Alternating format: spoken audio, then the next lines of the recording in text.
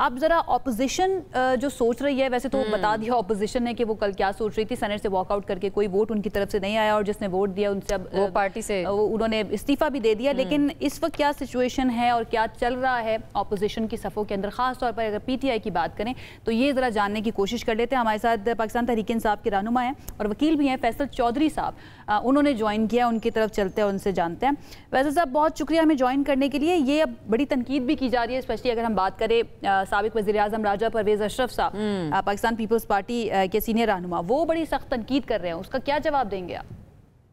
پرویز اشرف صاحب کوئی ویسے تو ٹھنڈے مزاج کے آدمی ہیں، لیکن جوش جذبات میں جو ہے وہ کل زیادہ خطابت کر گئے ہیں. اور فوج جو ہے وہ تو سب کی ہوتی ہے جی، اس کے اوپر تو نہیں کنٹروورسیز نہیں کریٹ کرنی چاہیے، وہ تو سب پاکستانیوں کی ہیں. یا یہ ایک نیا کام شروع ہو گیا ہے، پی ٹی آئی کو جو ہے وہ نہ کبھی فوج کے خلاف تھی، نہ ہے اور نہ ہوگی. جہاں تک زیادتیوں کی بات ہے تو اس کا تو ذکر ظاہر کرتے رہیں گے، وہ تو جس طرف سے بھی ہوں، جو جن کے ساتھ ہوئی ہوں ان کا حق بنتا ہے.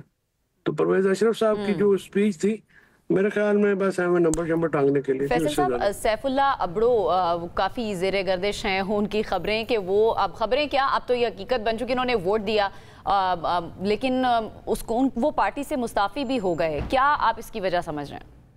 سیف اللہ ابڑو تو 26ویں ترمیم میں بھی اس سائڈ پہ تھے، تو وہ ایکشن کیا پارٹی جو دیکھیں، یہ تو پھر لوگوں کے اپنے ضمیر پہ ہوتا ہے اور طریقہ کار پہ ہوتا ہے. اگر کوئی مطلب بالکل ہی ایسا کے کام کر دے تو یہ کوئی پہلی دفعہ پاکستان میں تو نہیں ہوا.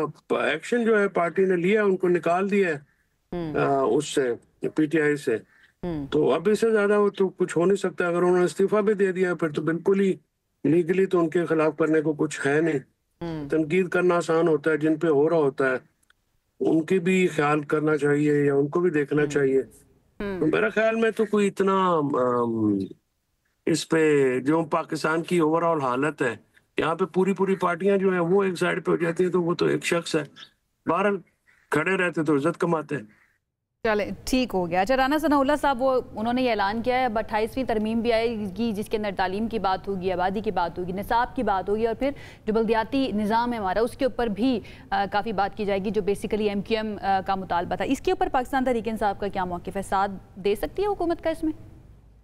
دیکھیں ابھی آئے گی یہ تو موقف کو سامنے آئے گا. ابھی تو وہ ایک ہوا میں ہے، کیا ڈیٹیلز ہیں، وہ کس طرح کی پرپوز کرتے ہیں، تو اس میں جو مرضی کرتے رہیں. یہ تو ایک ہائیبرڈ نظام ہے اور ہائیبرڈ نظام پھر اس طرح سے چلتے ہیں. ہائیبرڈ نظام ہے اور ہائیبرڈ نظام آپ کہہ رہے ہیں اسی طرح چلتے ہیں. اچھا فیصل صاحب، اب حکومت اور اپوزیشن کے درمیان جو تلخی ہے وہ ایسا لگ رہا ہے کہ مزید بڑھ گئی ہے، تو کوئی مفاہمت کے کوئی آثار نظر آ رہے ہیں آپ کو؟ دیکھیں اس کی وجہ یہ ہے کہ جو گفتگو ہے وہ نہیں ہو رہی نا جی، اور حکومت جو ہے وہ سی بی ایمز نہیں کر رہی، پی ٹی آئی سیاسی لائحمل نہیں اختیار کر رہی. سو دونوں طرف اطراف سے جو گیپس ہیں وہ تو ہیں. ان گیپس کو فل کرنے کے لیے قیادت نہیں ہے پی ٹی آئی کے پاس، اور وہ قیادت کا خلا ہے، وہ پر کرنے والی بات ہے. جب تک وہ پر نہیں ہوتا تب تک معاملات ایسے ہی چلیں گے انفارچونیٹلی. ٹھیک ہے جی، بہت شکریہ. فیصل چودھری صاحب ہمارے ساتھ موجود تھے، پاکستان تحریک انصاف کے رہنما اور وکیل بھی ہیں، اور ہمیشہ کی طرح جو سوال کیا تھا اس کا جواب انہوں نے نہیں دیا. بات انہوں نے یہی کیا کہ آپ دیکھتے ہیں کہ پی ٹی آئی کیا کرتی ہے.